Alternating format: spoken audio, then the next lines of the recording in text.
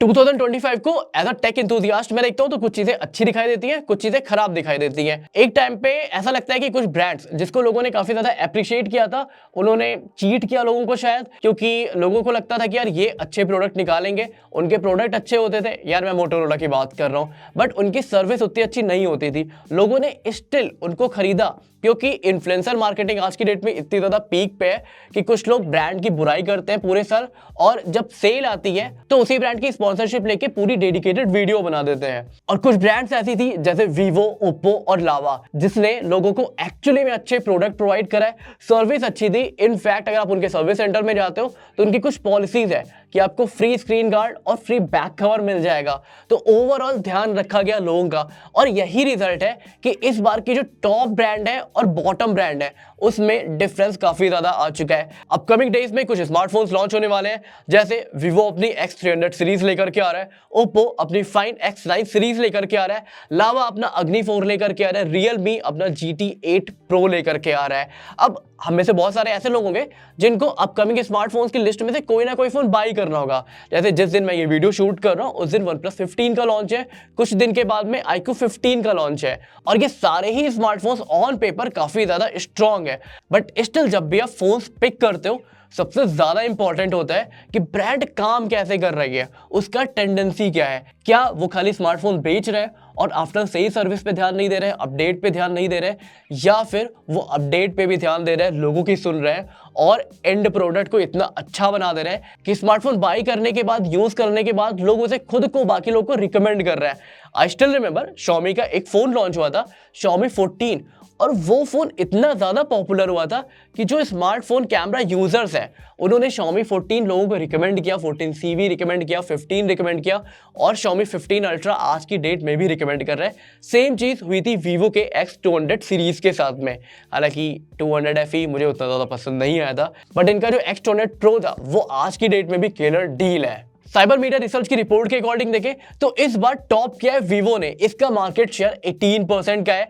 Second number पे आपकी आती है सैमसंग 15% मार्केट शेयर के साथ में, फिर आती है ओप्पो का मार्केट शेयर 13% है, Xiaomi का मार्केट शेयर जो है वो भी 13% है, और फिफ्थ नंबर पे इंडिया में आता है एप्पल विद 9% मार्केट शेयर। अगर आप टॉप 5 में देखोगे ना तो मोटोरोला आपको दिखाई नहीं देगी, बट अगर आप यूट्यूब पे देखोगे तो ऐड सबसे ज्यादा मोटोरोला के ही आते हैं। और इस वीडियो में हम सारी ही ब्रांड का रिव्यू करने वाले हैं, किसी भी स्पेसिफिक स्मार्टफोन का रिव्यू नहीं करने वाले हैं।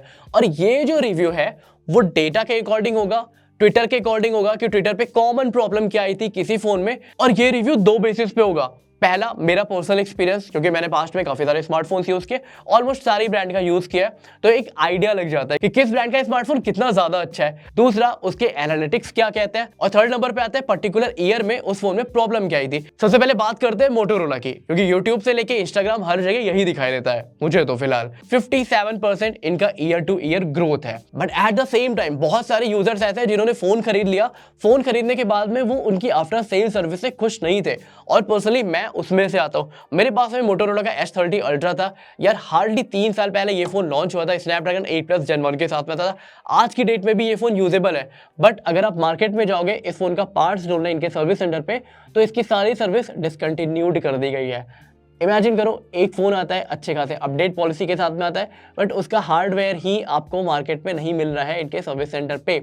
वहीं पे अगर आप Xiaomi की बात करोगे तो Xiaomi अच्छा लॉन्ग टर्म सपोर्ट दे रहा है। तो मोटोरोला के साथ में मुझे इस साल पर्सनली फील हुआ कि इनकी आफ्टर सेल सर्विस अच्छी नहीं थी, बट हाँ जो प्रोडक्ट लॉन्च करते हैं मोटोरोला वो वैल्यू फॉर मनी होता है। आज की डेट में भी अगर किसी को 30,000 के अंदर बेस्ट फोन लेना है, उसको ऑलराउंडर फोन चाहिए, तो मैं पर्सनली रिकमेंड करता हूँ Moto H60 Pro। इसके बाद आते हैं हम सबके फेवरेट लावा पे। लावा का जो अग्नि 4 है वो काफी ज्यादा प्रॉमिसिंग लग रहा है, एक इंडियन ब्रांड जो इस बार अपना स्मार्टफोन लंदन में लॉन्च करेगी, और वो भी तब जब सारी स्मार्टफोन ब्रांड्स ऑलमोस्ट बंद हो चुकी है। Lava is the only Indian smartphone maker, और इसने इस बार 110% की YoY ग्रोथ को रिकॉर्ड किया है। हालांकि ये जो ग्रोथ रिकॉर्ड हुई है वो सब 10,000 वाले सेगमेंट में रिकॉर्ड हुई है, बट 10 से 20,000 में इनके पास में कोई ऐसा किलर डिवाइस नहीं आता था। अग्नि 3 आता था, बट लोगों ने काफी ज्यादा उसको अंडर एस्टिमेट कर दिया, बट अभी जो अग्नि 4 आने वाला है वो डेफिनेटली किलर डिवाइस है। एक पर्सनल चीज जो मुझे लावा लावा की तरफ से लगती है, इनको अपनी इन्फ्लुएंसर मार्केटिंग पे काम करना चाहिए। बट जितना मैंने सुनील रैना का पॉडकास्ट सुना है, ये बिलीव करते हैं ना कि ये स्मार्टफोन अच्छा लॉन्च करेंगे, लोग उसको अप्रिशिएट करें और लोग एक दूसरे से बात करके खुद से मार्केटिंग करें। हालांकि अगर आप एक एज अ देशभक्त सोचो, ये बहुत अच्छी स्ट्रेटजी है, बट अगर आप एज अ ब्रांड सोचो तो इन्फ्लुएंसर मार्केटिंग आज की डेट में पीक पे है। वेल, आप क्या सोचते हो इस चीज पे कमेंट करके जरूर बताना कि लावा की स्ट्रेटजी कितनी ज्यादा सही है मार्केटिंग को लेकर के।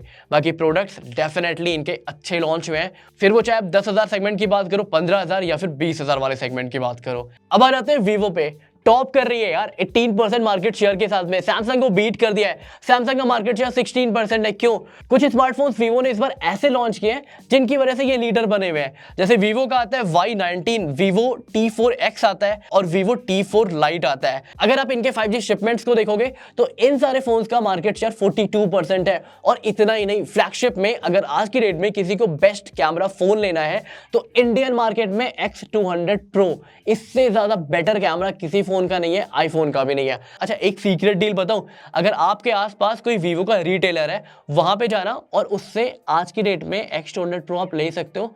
60,000 रुपए से 65,000 रुपए के बीच में 1 साल की पूरी वारंटी मिल जाएगी आपको। कोई भी ब्रांड टॉप पे होती है उसके 2 रीजंस होते हैं, उन्होंने मार्केटिंग अच्छी कर रखी होगी, उन्होंने प्रोडक्ट अच्छे रखे होंगे। थर्ड नंबर पे उनकी आफ्टर सेल सर्विस भी अच्छी होगी, क्योंकि अगर लोग बाइकआउट करने पे किसी चीज को आते हैं ना तो वो प्रॉपर बाइकआउट ही कर देते हैं। ये चीज याद रखना। तो वीवो की आफ्टर सेल सर्विस डेफिनेटली अच्छी है।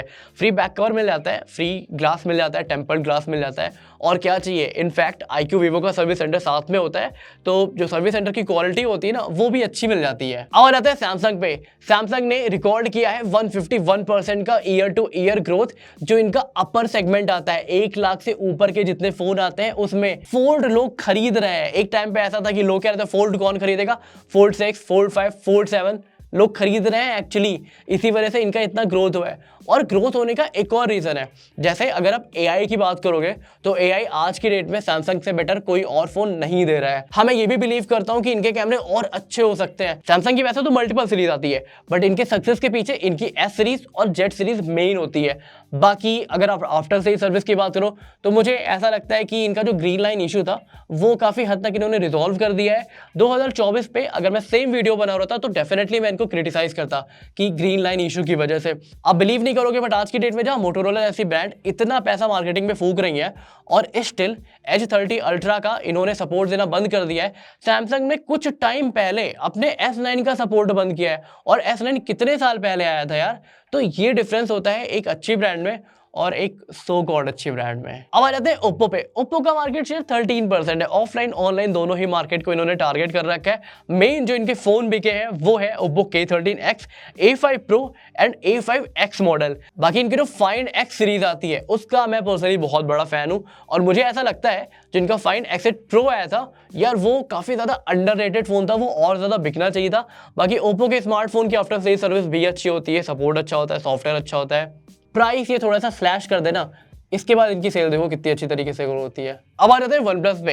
वैसे जिस दिन मैं वीडियो रिकॉर्ड कर रहा हूँ उसी दिन OnePlus का 15 लॉन्च हो रहा है, बट आई थॉट दैट 15 पे वीडियो करने से ज्यादा बेटर है एक लोगों को ओवरऑल नॉलेज दे दूं, सो दैट अगर आप नेक्स्ट टाइम ब्रांड पिक करो तो सारी चीजें ध्यान में रख के पिक करो। OnePlus का अगर आप डेटा देखोगे तो 13% ईयर टू ईयर डिक्रीज हुई है इनकी सेल्स। ऑब्वियसली यार बहुत सारी कॉन्ट्रोवर्सीज इस बार OnePlus के साथ में, बट मेरे हिसाब से OnePlus ने भी चीजें फिक्स कर ली है। जो ग्रीन लाइन इशू था वो फिक्स हो चुका है। तो अगर आपको OnePlus के फोन लेने हैं तो आफ्टर सेल सर्विस अच्छी है, और ये चीजें मैं ट्विटर के बेसिस पे नहीं कह रहा हूं, मेरा पर्सनल एक्सपीरियंस रहा है OnePlus के साथ में और अच्छा था। आपको लाइफ टाइम की ग्रीन लाइन इशू की वारंटी मिल रही है। आपको पहले फोन अपडेट करके दिए जा रहे थे, हालांकि अब तो रिपेयर करके दिए जा रहे हैं कुछ फोन, और कुछ फोन में है रिप्लेसमेंट अच्छा मिल जाता है। बाकी अगर स्मार्टफोन की बात करें तो इनका जो OnePlus 15 लॉन्च हो रहा है वो किलर डील होने वाली है, जिसको एक ओवरऑल अच्छा फोन चाहिए। बाकी कैमरे के सेंसर्स भी इस बार OnePlus ने टॉप नॉच यूज किए हैं। फुल वीडियो लिंक में है, देख लेना कंपैरिजन अगर देखना हो तो। अब बात करते हैं Xiaomi की। Xiaomi एक टाइम पे यार चाइनीज किंग हुआ करता था इंडिया में। आपको याद होगा Redmi 1S लॉन्च हुआ था, Redmi Note Prime लॉन्च हुआ था, Redmi Prime 2 लॉन्च हुआ था, कई सारे फोन उस समय आए थे। इनफैक्ट इनका जो Note 15 Pro था यार, वो तो क्या किलर फोन था। उसके बाद में A1 आया था, बहुत सारे हिट Xiaomi ने दिए हैं। बट अभी ऐसा क्या हुआ कि 18% का ईयर टू ईयर डिक्लाइन आ रहा है, और शेयर मार्केट शेयर की बात करें केवल 13% है। मेरे हिसाब से इनके जो फोन आ रहे हैं ना उसमें हार्डवेयर बहुत अच्छी क्वालिटी का ये लोग लगा के देते हैं। जैसे Xiaomi 14 अल्ट्रा जस्टिफाई कर रहा था अपने प्राइस टैग को, बट अगर उसमें सॉफ्टवेयर अच्छा मिल जाता ना, या फिर कैमरा ऑप्टिमाइजेशन इन्होंने अगर ओप्पो से सीखा होता, तो ये फोन काफी ज्यादा हिट होते। इनफैक्ट सच बोलूं तो 1 इंच का sensor Xiaomi 14 ultra, Xiaomi 15 ultra दोनों में आपको मिल जाता है। Vivo X200 Pro से काफी बड़े सेंसर्स हैं ये, बट अगेन सॉफ्टवेयर में ये लोग लैग कर रहे हैं। इनको अपना सॉफ्टवेयर इंप्रूव करने की जरूरत है, कैमरे में स्पेशली। दूसरा, इनका जो सर्विस सेंटर एक्सपीरियंस है वो भी अच्छा है, कोई ऐसा प्रॉब्लम नहीं है। तीसरी चीज ये है कि इनकी प्राइसिंग, Xiaomi फेमस थी अपनी एग्रेसिव प्राइसिंग के लिए, बट अभी इनकी प्राइसेस उतनी ज्यादा एग्रेसिव नहीं होती, तो इसमें भी Xiaomi को ध्यान देना होगा अगर उनको फिर से किंग बनना है तो। ऑलराइट गाइस, 2G हो, 3G हो, 4G मार्केट हो, हर चीज डिक्लाइन हुई है, 5G मार्केट आपकी अप हुई है, बट स्टिल अगर आपको फीचर फोन आज की डेट में लेने हैं तो उसमें जो मार्केट है वो आईटेल की है। आईटेल का मार्केट 42% का है, लावा का 29% का है और HMD का 18% का है। मुझे पर्सनली ऐसा लगता है HMD काफी ज्यादा अंडररेटेड ब्रांड है।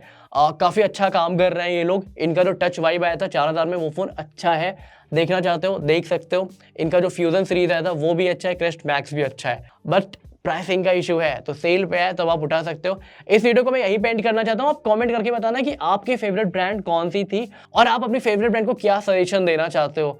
This is Nikhil Shrivastava signing off, मिलते हैं नेक्स्ट वीडियो में।